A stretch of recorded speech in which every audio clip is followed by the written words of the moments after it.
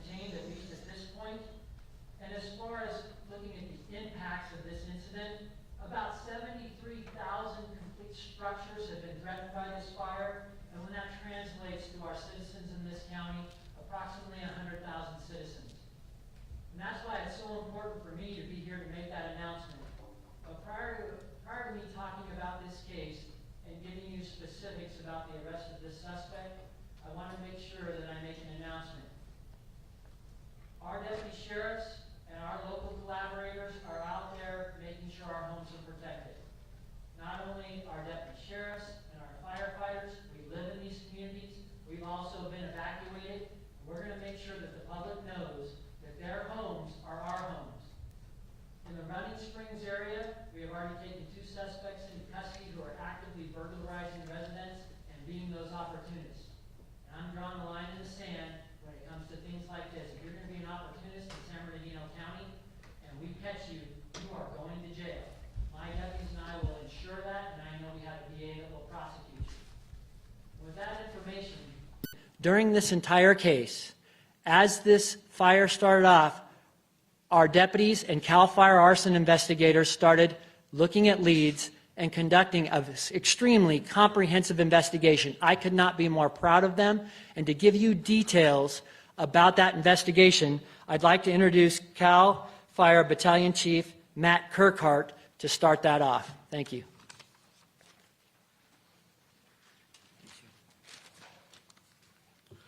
Good morning. My name is Battalion Chief Matt Kirkhart with CAL FIRE San Bernardino Unit. I am the supervisor over the Law Enforcement and Investigations Unit for our unit. On September 5th, Highland City Fire Department was notified of a vegetation fire at approximately 5:45. CAL FIRE law enforcement was in the area, and we arrived quickly to begin the initial investigation. The early investigation included an origin and cause determination of the fire, video and ALPR review, ALPR being automatic license plate readers, and then working with on-scene Highland deputies to gather and follow up on witness information and statements. On September 6th, we entered into a joint investigation with our partners, the San Bernardino Sheriff's Department, specifically the Highland Station Detective Bureau. When we joined into the joint investigation, we continued our in-depth review and collection of evidence, which led to an identifying a suspect vehicle and a suspect. I'd like to turn it over to my partner, Detective Jake Hernandez.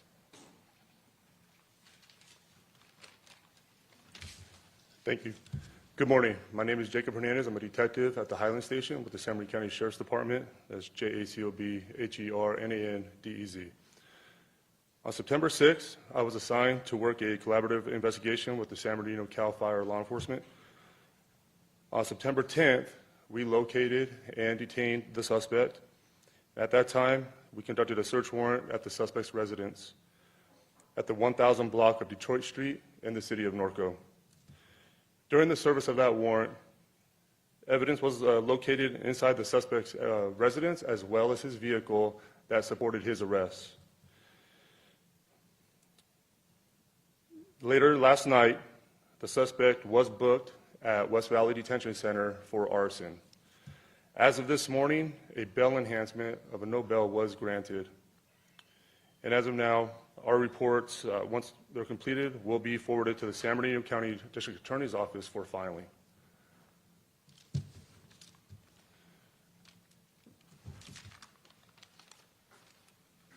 As you can imagine, investigations like this are ongoing. From what I know about the investigation techniques and the forensics that both CAL FIRE investigators used in our department are nothing short of amazing. It's my belief that as time goes on and we allow them to do the critical work that they're doing, that we will actually find out this suspect may have been responsible for other fires. And I'm sure there are going to be many questions about that, of the who, what, why, when, and where. And right now, I'll just simply ask for your patience as we allow them to do the brilliant work that they do. But I think it's important, as we know the numbers that I gave you earlier about our citizens and our public that have been displaced, that we are making sure we're finding justice for them. And we're going to continue to do the brilliant job that I'm watching day in and day out of our firefighters doing and our law enforcement personnel, So far, we do not have any report of loss of life, just structures. We're going to do our very best to keep it that way. The fire behavior in this fire, from the briefings that we've had from our fire partners, has been some of the strangest and not, let's just say, not typical of fire science is what's being explained to me. And we are constantly flexing and moving. What I've seen in the last 48 hours scrambling to our local communities has been nothing short of amazing. And I'm including our public in that. The cooperation that we're receiving from our public for the evacuations has been just phenomenal. We trained for this, and you hope you never, ever have to use this type of technique to do these evacuations, particularly under these rapidly evolving circumstances. But I'm very proud of our department, our collaborators, and I couldn't be more proud of this investigation because people are going to want to know who and what was responsible for doing that. And between CAL FIRE and the San Bernardino County Sheriff's Department, we're going to be able to bring that level of justice to them. So like I said, I'm going to go ahead and answer some questions, and I will be frank if I can't answer those questions, but I'm going to do my very best to answer those for you with the professionals behind me. Rob, go ahead. I saw your hand up first. I know you can't get into details, but is this someone who was just being reckless, or can you say this was someone who was intentionally trying to cause damage to property and or life? While we're still in the thrust of the preliminary investigation, we believe this was intentional. Sheriff, you mentioned that this may be someone who's responsible for other fires. What leads you to believe that at this moment? A lot of it is technology and different things that we knew. You know, there are camera systems that cover a wide variety of areas. People use cell phones and things of that nature. We are working on really collating all of that type of evidence right now, and those types of technologies are what's helping us to really track, in this case, the suspect's involvement. Do you know how he started this fire, allegedly? I don't think we want to release that at this point because that will be one of those pieces of evidence that does allow us to connect it to multiple fires if that's in fact what we find during the investigation. Yes, sir. With the evacuations brought on by this fire that he allegedly started, you mentioned that you've already taken some other folks into custody for trying to burglarize some of these homes that have been left behind. What role is the department playing in I guess, surveying those now vacant areas that people have had to flee? How do you stay on top of those areas? People really shouldn't be there. No, that's a great question. So right now, if we were to take us all out into the field and see what's going on, there are over 150 law enforcement officers from all the collaborators I mentioned earlier. And also, it's been very beneficial to us. The governor pre-staged a National Guard unit, approximately 120 folks. And what we've been able to do to provide that protection and that security, as we go through and we clear those areas that are under evacuation order, they drop in behind us and they become the security along with Sheriff's Department personnel or a local law enforcement collaborator. And let me explain why that's critically important and has worked very well in this fire. As this fire has changed that fire behavior, as I described earlier, and its erraticness, if you will, what we're able to do is we're equipped with those high-low sirens and things that we put out to the public to make sure that under those circumstances where it's going to be a very brief contact at each residence, that technology has allowed us to really flex and move. So as you can imagine, if the National Guard's flowing in behind us, we can ensure that the evacuated areas are secure and at the same time use our forces that are trained to do this mass evacuation. And we also have technology that through GIS technology locates the home, documents the home, whether or not some person's there, whether or not they're staying, evacuating, or refusing. So as you can imagine, as we're constantly going back into those neighborhoods and reassessing it, we can make sure the public's safe. And also, this is GIS located on a map for our firefighters for structure protection, and it just gives us that very clear situational awareness picture to make sure we're deploying resources in a manner in which we should do that. Brian. Hi, good morning. What did you identify first, the car or him? It'd be the vehicle. That's how they started out. It was the vehicle, and that ultimately led to the other leads that ultimately led to the arrest of the suspect. He has like one minor drug arrest. He actually had a warrant out for his arrest. What else do you know about him? What is his life like? I mean, does he go to a 9-to-5 job, or is he a transient, or what do you know You know what, Brian, I'm not sure, and I'll actually have the investigators come up and address that question for you. Real quick, Rob, did you have a question about that, or? I have several fire-related questions for CAL FIRE, whenever. Absolutely. Brian, let me get our investigators and see if there's anything they can answer that. I feel comfortable in answering that, and then Rob will get CAL FIRE up here for you. Okay, thank you. Jake? So he works for FedEx. He's a third contract delivery driver. So what he does is just goes from state to state and delivers at those FedEx warehouses that need the assistance. And it was an automatic license plate reader that picked up his license plate here or in the area of the fire start, and that's kind of how you tracked him down? That's correct. How did you, I mean, there must have been a number of vehicles in the area at the time. How did you connect him to the fire? There were several vehicles that hit in that area. We just continued to research and do further investigation to rule out other vehicles until we ultimately came up with identifying factors to say that that was indeed our suspect vehicle. Any motive? Not that we're aware of, no. He was arrested on suspicion of, among other things, having a flammable material. Can you tell us what that is? I believe the charge was an incendiary device, but no, we're not at liberty to talk about what it was. Can I ask you some questions about the current state of the line fire and what it's doing? We saw the other two fires in Southern California really just blow up yesterday, the bridge fire and the airport fire. It doesn't feel like we saw that big of an explosion relative to those two fires yesterday. And how close is it to Big Bear right now? Yeah, hi, I'm Judd Gaines, Operations Section Chief with CAL FIRE Incident Management Team 3. So yesterday, we did have some weather come in with the winds, low humidities. We issued, our local incident meteorologist issued a local red flag warning over the fire area. Fortunately, we did not get impacted as much as the airport and the bridge fire did yesterday, but we did have a significant growth in acreage yesterday. As you guys know, the fire is well established in the Santa Ana River drainage. It made its way into Bear Creek, got established down into Bear Creek, which is what threatened Big Bear, and which caused us to put a portion of Big Bear into an evacuation order yesterday.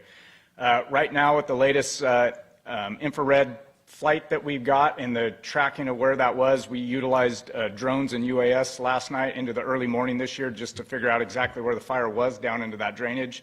And we're still a couple miles out from Big Bear. But as you know, it doesn't take much for where it's aligned and where the fire is established in that Bear Creek drainage to come out onto that La Mesa Bluff up there near Boulder, the community of Boulder on the west side of Big Bear, south of the lake.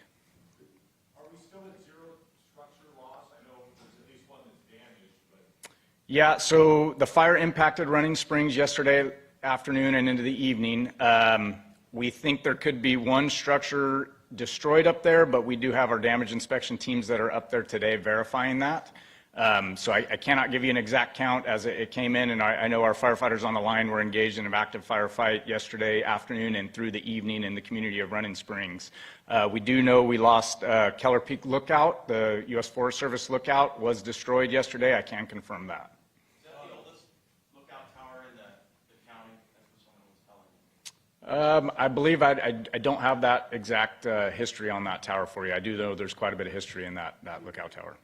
The sheriff was talking about the, very, I forget the word he used, but the fire behavior is very, unique. We haven't seen it. I mean, this isn't a Santa Ana wind-driven type event. This is still a summer fire. How would you characterize the fire behavior, and what would you attribute that to?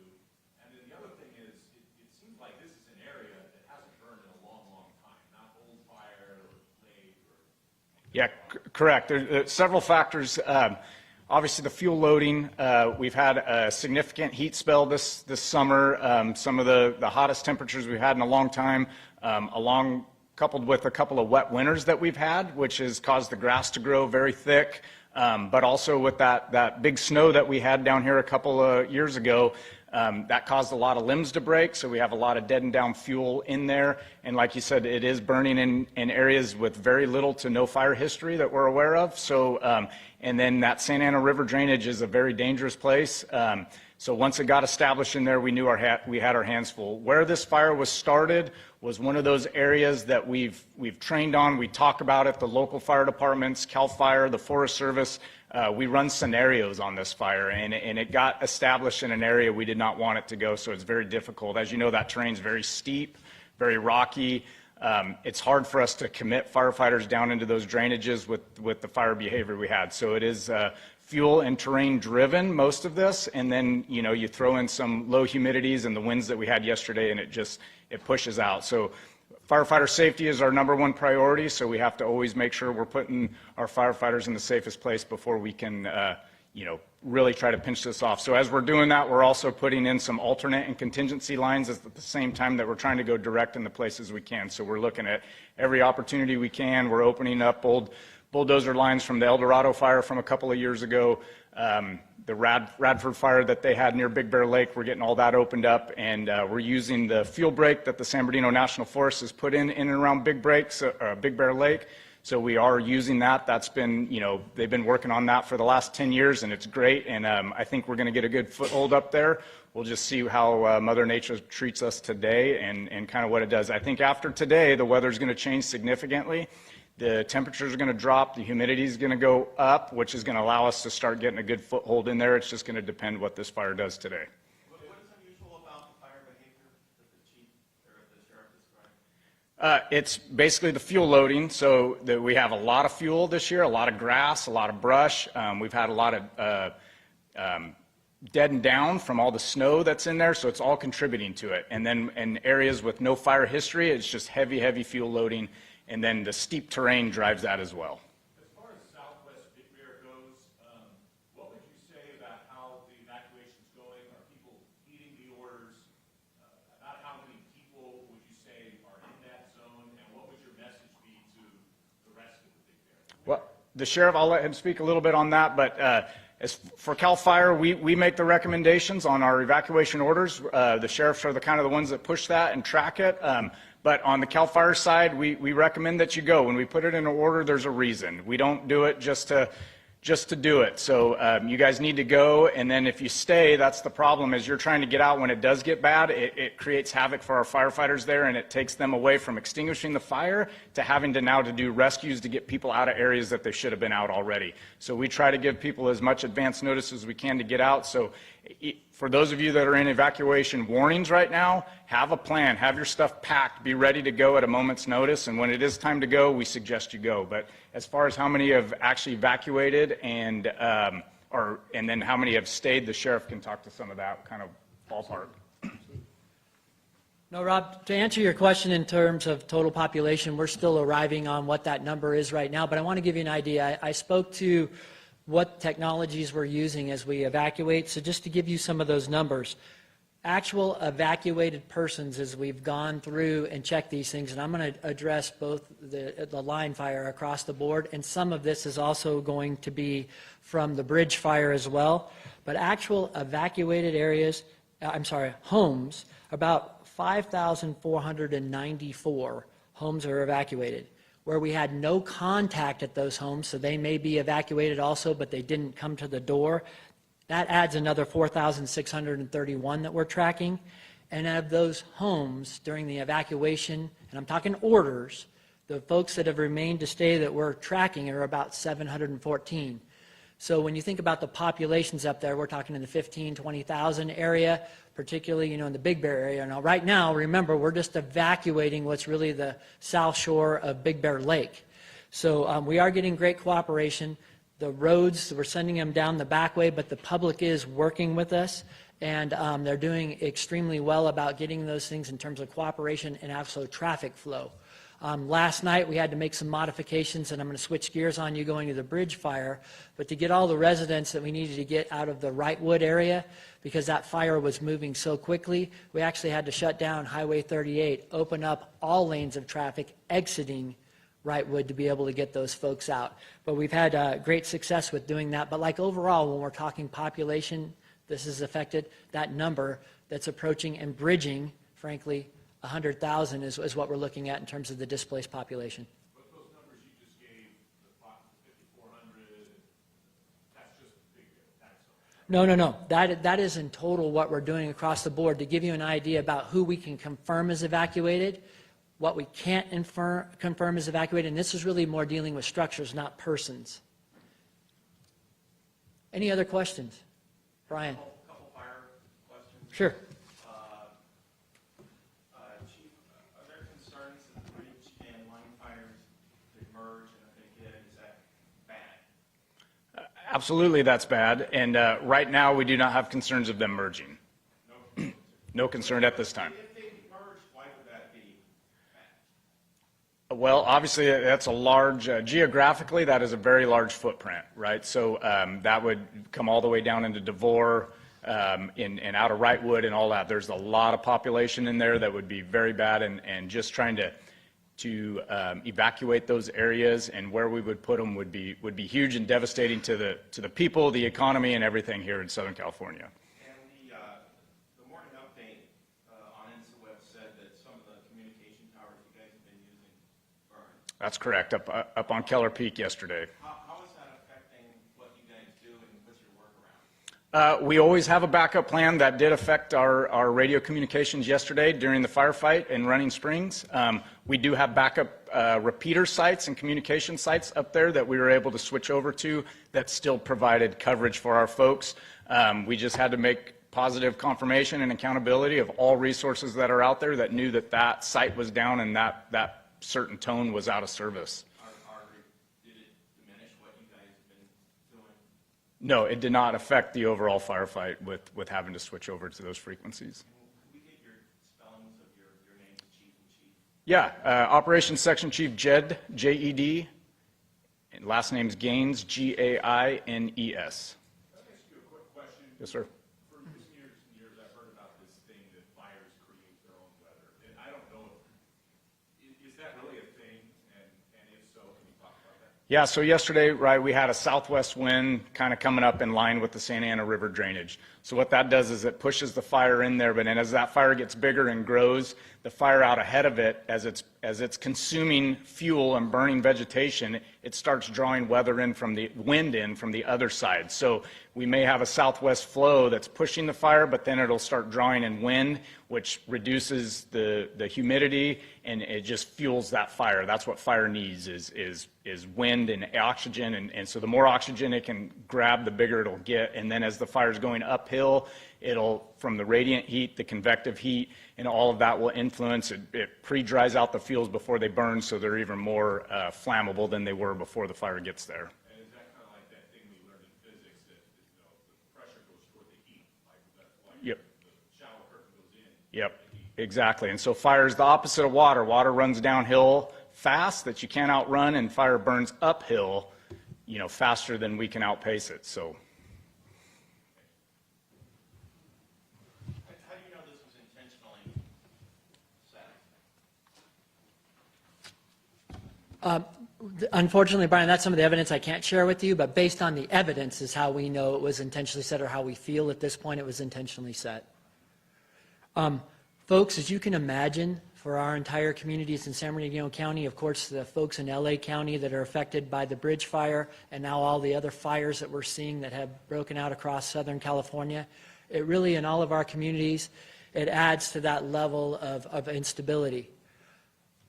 We have the main command point that is out there in fire and the base and all the things that are going on, but please know we have a number of smaller command posts across this county. I'm visiting them. I will be in Big Bear tonight.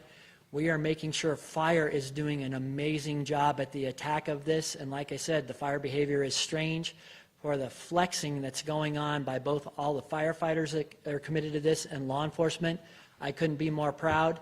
And if there's anything I can assure all of our public is that these guys behind me and all the men and women that are out there in the field are our stability, and they're doing a brilliant job. I could not be more proud of the CAL FIRE investigators and our detectives out of Highland. This is true gumshoe cop work, and to be able to put together the things they've had in such a short period of time and frankly, protect us from a person that I do believe could have continued this type of destruction, and let's hope it doesn't affect any lives. Their proactivity is really second to none. So I appreciate all of you coming here today and taking the time to cover this important issue for us, and I'll leave you with this. Please let the public know we got you. We're in the middle of this, we're handling it, and we are of you, and we're going to do our very best to take care of you, and I've witnessed it day in and day out, so thank you.